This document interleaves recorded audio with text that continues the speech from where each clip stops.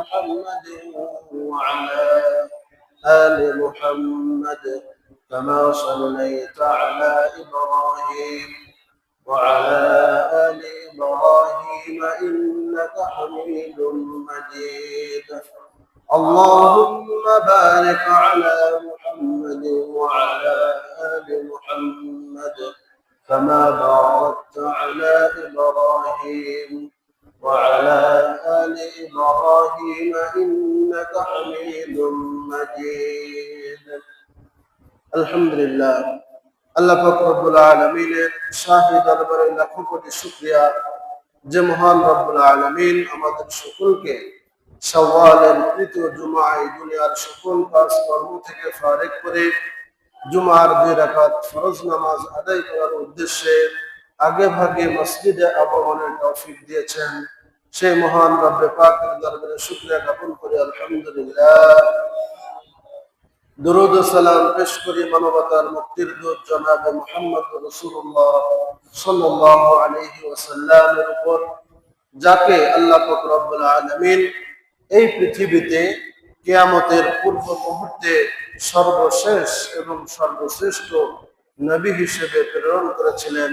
সকলে বলি সাল্লাল্লাহু আলাইহি ওয়াসাল্লাম।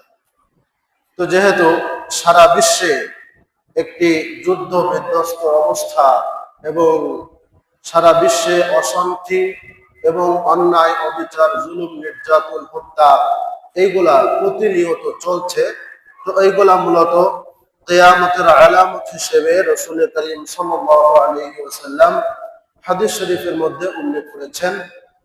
তো আল্লাহ তাআলা কিয়ামত, যেটা মানুষের হিসাব নিকাশের একটি দিবস হিসেবে ধার্য করবেন, সেই দিবসটি কবে এবং তার আলামত সম্পর্কে আল্লাহ রাসূল হাদিসে কি কি বলে গিয়েছেন আমরা গত জুমায়ও সংক্ষেপে বিষয় আলোচনা করেছিলাম।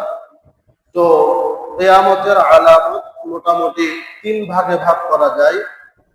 যে সকল আলামত ইতিপূর্বে ঘটে গিয়েছে এবং যে সকল আলামত এখনো ঘটছে, সামনেও ঘটবে, এবং কিছু আলামতে কুবরা, বড় আলামত রয়েছে যেগুলা এখনো ঘটে নাই, কিয়ামতের পূর্ব মুহূর্তে ঘটবে।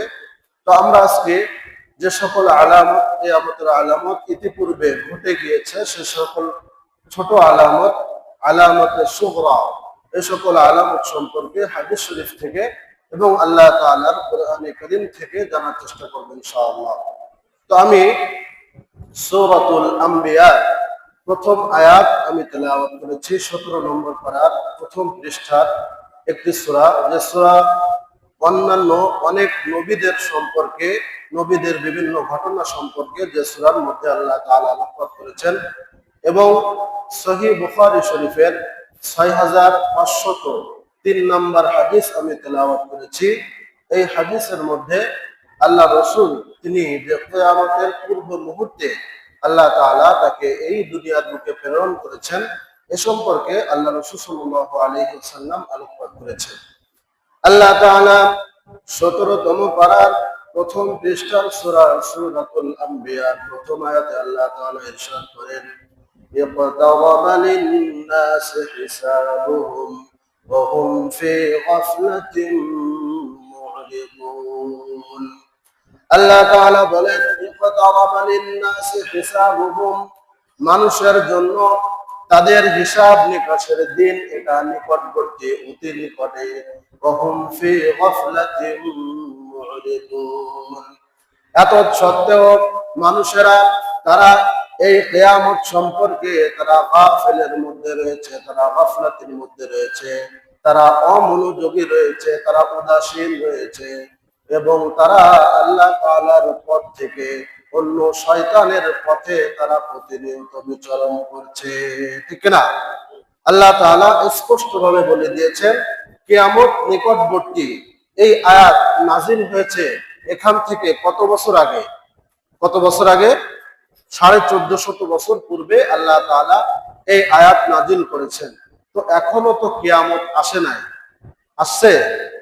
তাহলে প্রশ্ন হলো, এখানে আল্লাহ তাআলা নিকটবর্তী কেন বলেছেন? মুফাসসিরিন একরাম এই আয়াতের ব্যাখ্যায় বলেন, যেহেতু কিয়ামত অবশ্যম্ভাবী, অবশ্যই অবশ্যই কিয়ামত সংঘটিত হবে, এর মধ্যে কোনো সন্দেহ নেই।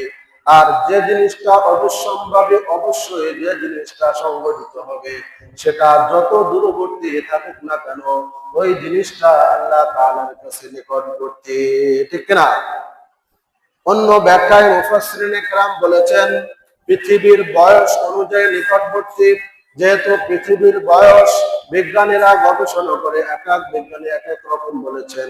কেউ বলেছেন 25 কোটি বছর হলো পৃথিবীর বয়স।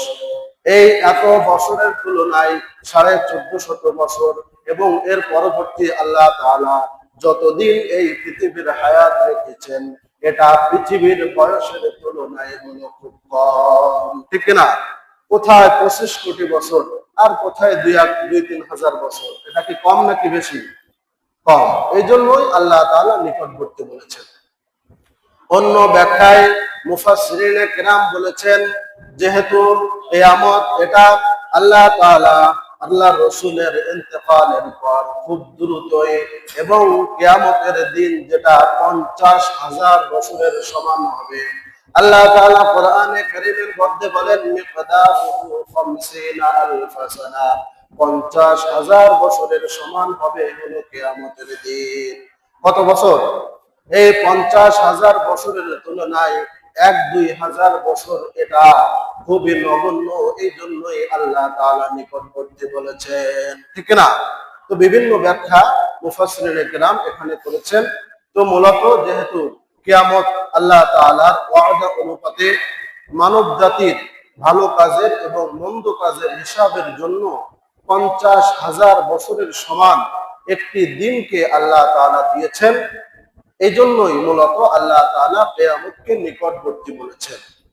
যতই সেটা 1-2 হাজার বছর হোক না কেন, এই 1-2 হাজার বছর, 2-3 হাজার বছর এটা কিয়ামতের এক দিনের তুলনায় অনেক নগণ্য এবং কম, ঠিক না? এই জন্যই মূলত আল্লাহ তাআলা নিকটবর্তী বলেছেন। তো এখন আমরা আল্লাহ রসুলের হাদিস শরীফ থেকে জানার চেষ্টা করব কোন কোন ছোট আলামত ইতিপূর্বে সংঘটিত হয়ে গিয়েছে। আমি বুখারী শরীফের সহিহ বুখারীর 6503 নম্বর হাদিসের মধ্যে আল্লাহ রাসূল সাল্লাল্লাহু আলাইহি ওয়াসাল্লাম বলেন বুইসতু আনা ওয়াস-সাআতু কাহাতাইন ওয়া আশারা ইলা আস-সাব্বাবাতি ওয়াল উসতা। আল্লাহ রাসূল বলেন আমি প্রেরিত হয়েছি যে সময়, ওই সময়টি হলো কিয়ামতের নিকটবর্তী সময়। এবং কত নিকটবর্তী বোঝানোর জন্য আল্লাহ রসুল তিনি অর্থাৎ এই যে শাহাদাত আঙ্গুলি এবং মধ্যমা আঙ্গুলি, এই দুই আঙ্গুলি এইভাবে রেখে আল্লাহ রসুল আমাদেরকে বুঝিয়েছেন। যেভাবে এই আমাদের সাব্বাবা অর্থাৎ আমাদের শাহাদাত আঙ্গুলি এবং মধ্যমা আঙ্গুলি, এই দুইটা আঙ্গুল যেভাবে খুবই নিকটবর্তী এবং পাশাপাশি আঙ্গুল, অনুরূপ ভাবে কিয়ামত এবং আল্লাহ রসুলের প্রেরণ, এই দুইটা হলো এই দুই আঙ্গুলের মতো নিকটবর্তী। কার কথা? আল্লাহ রসুলের কথা। মুহাম্মদ ইবনে ইসমাঈল আল বুখারী রাহিমাহুল্লাহ তাআলা তার কিতাব সহিহ বুখারীর 6503 নম্বর হাদিসে এই হাদিসটি আল্লাহ রসুলের এই হাদিস তিনি বর্ণনা করেছেন।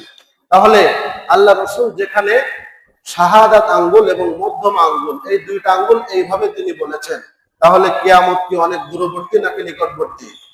কিন্তু এত সত্ত্বেও ওহুম ফি গাফলাতিন মুরিদুন, সূরা আম্বিয়ার প্রথম আয়াতে আল্লাহ তাআলা বলেছেন মানব জাতি তারা কিয়ামত সম্পর্কে গাফিল। অন্য একটি ব্যাখ্যায় আল্লাহ রসুল বলেন মান মাতাত ফাকামা কিয়ামতুহু, কিয়ামতের আরেকটি অর্থ হলো যে ব্যক্তি যখনই ইন্তেকাল করবে ওই ব্যক্তির কিয়ামত ওই সময় শুরু হবে, ঠিক না? যেহেতু কিয়ামত এটা পারিভাষিক অর্থে বলা হয় মৃত্যু পরবর্তী জীবন, এটার শুরু হলো কবর, কবরের থেকে প্রত্যেক ব্যক্তির কিয়ামত শুরু হয়ে যায়। যখন আমি মারা গেলাম, আমার পূর্বপুরুষ মারা গেল, আমি আপনি এই দুনিয়া থেকে বিদায় হয়ে গেলাম, ওই মুহূর্ত থেকেই আমার আপনার কিয়ামত শুরু হয়ে গেল, ঠিক না? এজন্য আল্লাহ তাআলা বলেছেন নিকটবর্তী। কারণ মৃত্যু কি আমাদের দূরে নাকি কাছে? কাছে নাকি দূরে? এত কাছে। আল্লাহ রসুল একবার সাহাবায়ে কেরামের কাছে মসজিদে নববীর মধ্যে নামাজ শেষে আল্লাহ রসুল সাহাবায়ে কেরামের কাছে জিজ্ঞাসা করলেন, তোমরা বলো তো দেখি মৃত্যু আমাদের কত নিকটবর্তী? এক একজন সাহাবায়ে কেরাম তারা এক এক ধরনের উত্তর দিতে লাগলেন। একজন সাহাবী বললেন, আমি ফজরের নামাজের পর জোহরের নামাজ আমি পড়তে পারবো কিনা এটা আমি জানি না। একজন সাহাবী বললেন, জোহরের পর আসর পড়তে পারবো কিনা, আসরের পর মাগরিব পড়তে পারবো কিনা আমি জানি না। অনুরূপ ভাবে এক সাহাবী বললেন, আজানের পর আমি জামাতে শরীক হতে পারবো কিনা আমি জানি না। আর একজন সাহাবী এই সঠিক উত্তরটি আল্লাহ রসুলের মুখ থেকে শোনার জন্য তারা তাদের আগ্রহ নিয়েছিলেন। আল্লাহ রসুল বললেন, তোমাদের কারোর সঠিক উত্তর হয় নাই, বরং আমাদের মৃত্যু এত নিকটবর্তী। ডান পাশে আসসালামু আলাইকুম বলে সালাম ফেরানোর পর বাম পাশে আমরা সালাম ফেরাতে পারবো কিনা আমরা জানি না। ঠিক না? মৃত্যু আমাদের এত নিকটবর্তী, এরপরও আমরা মৃত্যু সম্পর্কে গাফিল। সারা দিনের মধ্যে একবারও কি মৃত্যুর কথা আমরা স্মরণ করি?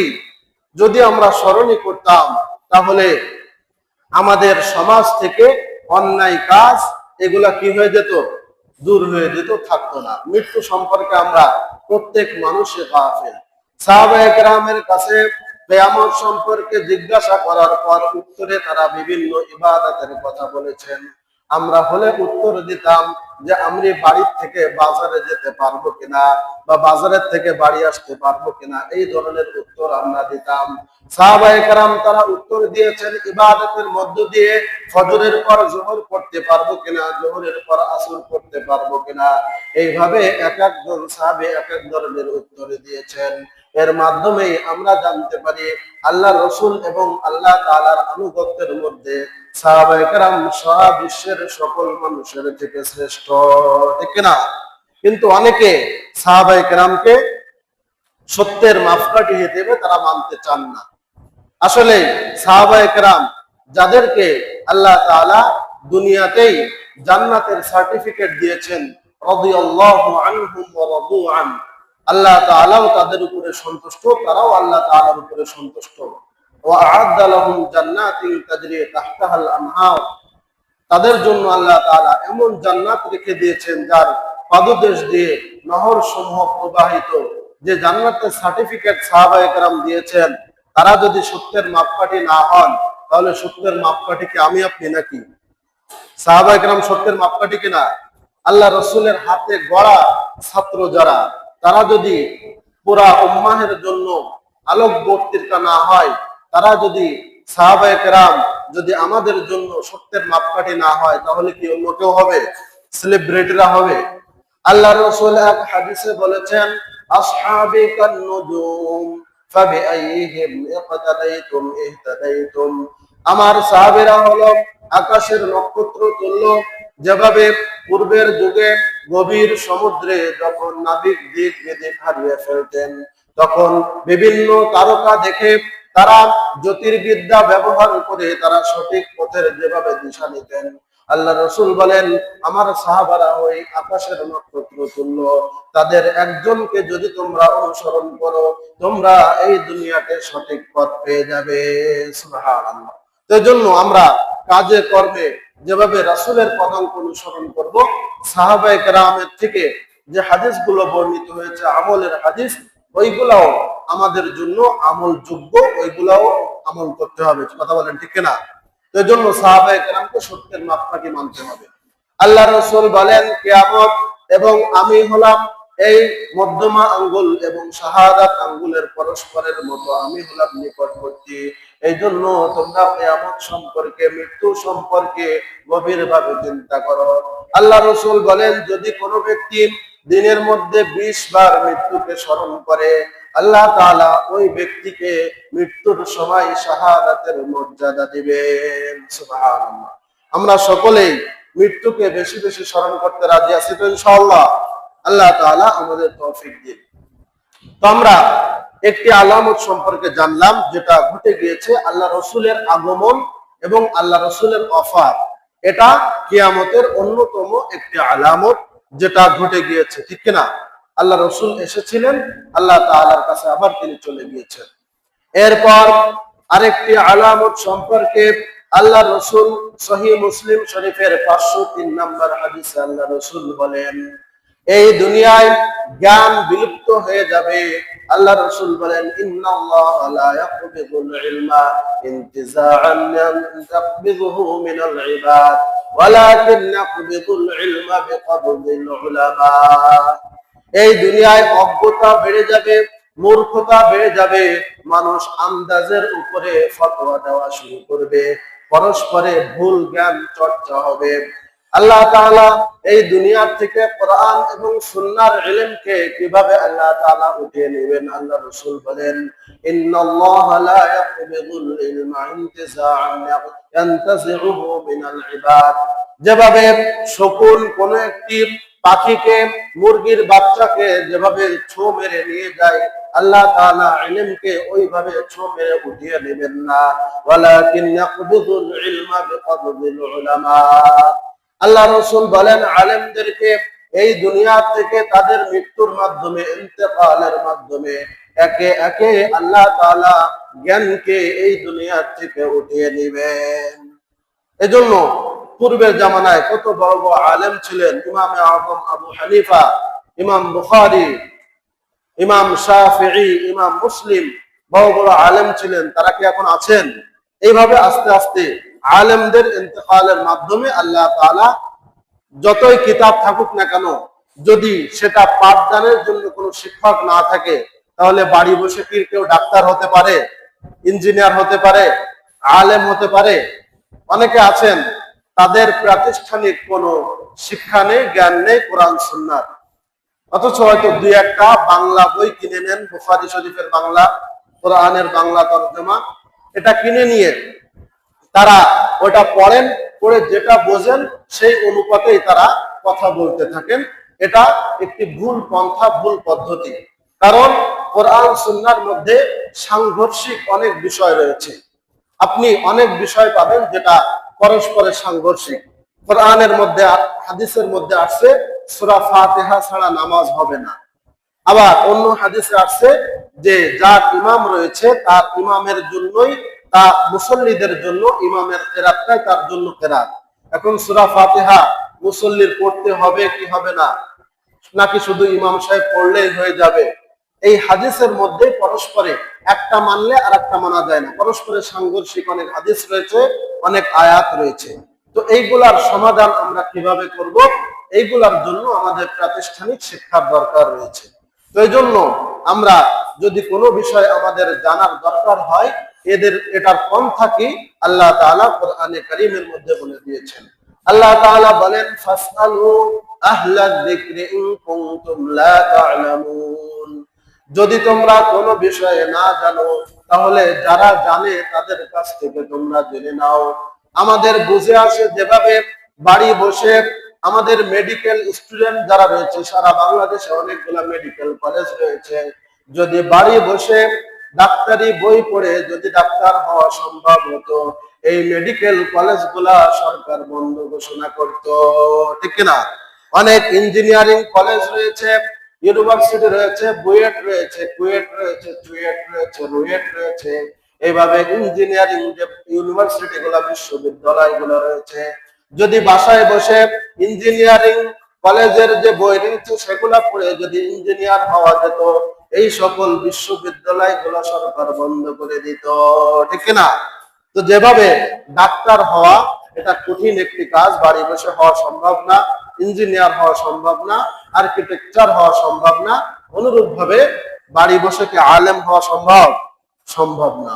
এজন্য আল্লাহ রাসূল সফরের কথা বলেছেন। সফর, আমরা পড়াশোনা করেছি ঢাকাতে এবং চিটাগাঁয়ে, এইভাবে দেশের প্রত্যন্ত অঞ্চলে আমরা ইলমের জন্য ছুটে বেরিয়েছি। তো এইভাবেই অনেক আমাদের পূর্বের যুগে যারা ছিলেন, তারা এক একটা হাদিস সংগ্রহের জন্য হাজার হাজার পথ, অনেকে একটা হাদিস সংগ্রহ করতে গিয়ে তাদের সেখানেই ইন্তেকাল হয়ে গিয়েছে, সেখানেই তাদের আপন মাতৃভূমি থেকে বহু দূরে তারা সেখানে গিয়েছেন। এইভাবে কষ্ট করে তারা এই সকল হাদিস গুলাকে আমাদের জন্য সংরক্ষণ করে নিয়েছেন। তো এইগুলা প্রত্যেকটা হাদিসের মূল অর্থ জানার জন্য আল্লাহ রসুলের থেকে একটি সনদ রয়েছে। আমরাও যখন হাদিস শরীফ পড়েছি, আমি মুফতি মনসুরুল হক সাহেব হুজুরের কাছে বুখারী শরীফ পড়ার সুযোগ পেয়েছি। তিনি পড়েছেন হযরত শাহ আজিজুল হক রহমতুল্লাহ আলাইহি, যিনি শাইখুল হাদিস নামে পরিচিত ছিলেন। তিনি পড়েছেন শাব্বির আহমদ উসমানী, তিনি পড়েছেন হুসাইন আহমদ মাদানী, তিনি পড়েছেন কাসেম নানুতুবি। এইভাবে আল্লাহ রসুল পর্যন্ত ৩৭ জন পুরুষের মাধ্যমে আমাদের হাদিসের সনদটা আল্লাহ রসুল পর্যন্ত পৌঁছে যায়। সুবহানাল্লাহ। তো এইভাবে এই ইলমটা এটা মূলত কি প্রাতিষ্ঠানিক বা এটা পুস্তকে ছিল, নাকি আল্লাহ তাআলা জিবরিল আমিনের মাধ্যমে মৌখিকভাবে সিনায় আল্লাহ রসুলের অন্তরে এবং মানুষের কলবের মধ্যে সংরক্ষণ করেছেন? কোনটা? এটা কি বই আকারে নাজিল হয়েছে, নাকি সিনার মাধ্যমে? আল্লাহ রসুলকে চাপ দিয়েছিলেন না? তো অনুরূপ ভাবে আল্লাহ তাআলা যেভাবে জিবরিল আমিনকে আল্লাহ রসুলের সিনায় চাপ দেওয়ার মাধ্যমে মৌখিকভাবে তার অন্তরে কোরআনে কারীমকে মানুষের অন্তরে আল্লাহ তাআলা এই কোরআনে কারীমের জায়গা হিসেবে মানুষের অন্তরকে আল্লাহ তাআলা বেছে নিয়েছেন, অনুরূপ ভাবে কোরআন সুন্নাহর ইলম, সঠিক ইলম জানার জন্য, কোরআন এবং সুন্নাহর সঠিক ব্যাখ্যা জানার জন্য যাদের প্রাতিষ্ঠানিক শিক্ষা রয়েছে, আল্লাহ রসুলের ওই সিলসিলায় এবং আল্লাহ রসুলের ওই ধারাবাহিকতায়, ওই চেইনে যারা কোরআন সুন্নাহর জ্ঞান অর্জন করেছেন, আল্লাহ রসুল বলেছেন তাদের থেকেই তোমরা জ্ঞান গ্রহণ করো। যদি তোমরা না করো, তাহলে এই কিয়ামতের যে আলামত রয়েছে, যে আলামতটা ইতিপূর্বে ঘটে গিয়েছে, সেই আলামতটি হলো কিয়ামতের পূর্বে অজ্ঞতা বেড়ে যাবে, মূর্খতা বেড়ে যাবে। মানুষ না জেনে বিভিন্ন বিষয়, কোরআন সুন্নাহর বিষয় তারা না জেনে ফতোয়া দেওয়া শুরু করবে। এইভাবে আল্লাহ রসুল কিয়ামতের একটি আলামত হিসেবে অজ্ঞতাকে আমাদের জন্য নির্ধারণ করেছেন। কি অজ্ঞতা? এটা আমাদের সমাজে এখন ঘটতেছে কিনা? অজ্ঞতাকে বেড়ে গিয়েছে কিনা? তো এই জন্য কোনো বিষয় যদি না জানা থাকে, তাহলে যাদের কোরআন সুন্নাহর জ্ঞান প্রাতিষ্ঠানিক ভাবে যারা আলেমদের কাছ থেকে অর্জন করেছেন, তাদের থেকেই আমাদের জ্ঞানটা অর্জন করতে হবে। অন্যথায় আমাদের মধ্যে ভ্রান্ত ধারণা এবং গোমরাহি, ভ্রষ্টতা এটা আমাদের মধ্যে ছড়িয়ে পড়বে।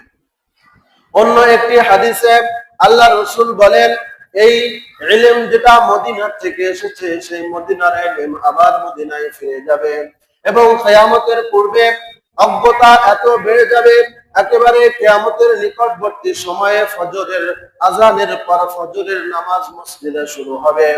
কোরআন সুন্নাহর কারোর প্রাতিষ্ঠানিক জ্ঞান থাকবে না, সকলেই মূর্খ অবস্থায় ওই সময় জীবন যাপন করবে। ফজরের নামাজ পড়ানোর সময় যিনি ওই সময় ইমাম থাকবেন, যিনি কোনো আলেম থাকবেন না, ওই ইমাম সাহেব ওই সময় যিনি থাকবেন ফজরের নামাজে সূরা ফাতিহার প্রথম আয়াত পড়ার পর দ্বিতীয় আয়াত তিনি বলে যাবেন আলহামদুলিল্লাহি রাব্বিল আলামিন। দ্বিতীয় আয়াত আর তার মনে আসবে না। এরপর পিছনে লোকমা দেওয়ার মতো কোনো ব্যক্তি থাকবে না। এরপর নামাজ ছেড়ে দিয়ে সকলে কোরআনে কারীমের কাছে চলে যাবে, কিন্তু কোরআনে কারীমের পৃষ্ঠা থাকবে সাদা পৃষ্ঠা, ওই কোরআনে কারীমের মধ্যে কোনো অক্ষর থাকবে না। আল্লাহ তাআলা আমাদের ওই যুগ থেকে আল্লাহ তাআলা আমাদের সকলকে হেফাজত করুন, সকলে বলে আমিন। তো জন্য সঠিক জ্ঞান চর্চার জন্য, জ্ঞান এটা মুমিনের হারানো একটি সম্পদ। আল্লাহ রসুল বলেন, এই জন্য যেই জানুক, সে আমার থেকে ছোট হোক বা বড় হোক, আমার থেকে উঁচু জাতের হোক নিচু জাতের হোক, এটা কোনো বিষয় না। ইমামে আযম আবু হানিফা রাহমাতুল্লাহি আলাইহি, তার উস্তাদ ছিল 4000। কত উস্তাদ ছিল? 4000। তিনি কখনো দুই পা মেলে কখনো ঘুমাতেন না, কোন উস্তাদের দিকে, কোন শিক্ষকের বাড়ির দিকে তার পা চলে যায়। এই জন্য এক মুসির কাছ থেকে তিনি মাসলা সমাধান করার জন্য তিনি শিখেছিলেন কুকুর কখন প্রাপ্ত বয়স্ক হয়। ওই মুসি বলেছিল, কুকুর যখন পা উঁচু করে প্রসাব করে তখনই সে প্রাপ্ত বয়স্ক হিসেবে তাকে ধরা হয়। এই জ্ঞানটি তিনি একটি মুসির কাছ থেকে শিখেছিলেন। আমাদের সমাজে মুচিদেরকে আমরা নিচু জাত হিসেবে আমরা দেখি, তাদেরকে সেইভাবে আমরা ট্রিট করি। ইমামে আযম আবু হানিফা ওই মুচির থেকে এই জ্ঞানটা শিক্ষা করার পর একদিন দুইজন একই পথ দিয়ে যাচ্ছিলেন। ওই মুচিকে দেখে, যেহেতু তিনি তার ওই একটা বিষয়ের শিক্ষক, একটা জ্ঞানের শিক্ষক, এই জন্য ওই উঁচু রাস্তা দিয়ে যখন যাচ্ছিলেন ইমাম আযম আবু হানিফা রাহমাতুল্লাহি আলাইহি, তিনি ওই মুচির সম্মানার্থে তিনি ওই রাস্তার নিচ দিয়ে তিনি যাওয়া শুরু করে দিলেন। সুবহানাল্লাহ। এইভাবে যারা আলেম অর্থাৎ যাদের কাছ থেকে সামান্য কিছু শিখেছেন তাদেরকে এইভাবে তারা সম্মান করতেন। কিন্তু বর্তমানে আমাদের সমাজে যারা বয়োজ্যেষ্ঠ রয়েছে, যারা জ্ঞানী রয়েছে, তাদের কি সম্মান রয়েছে? নাই।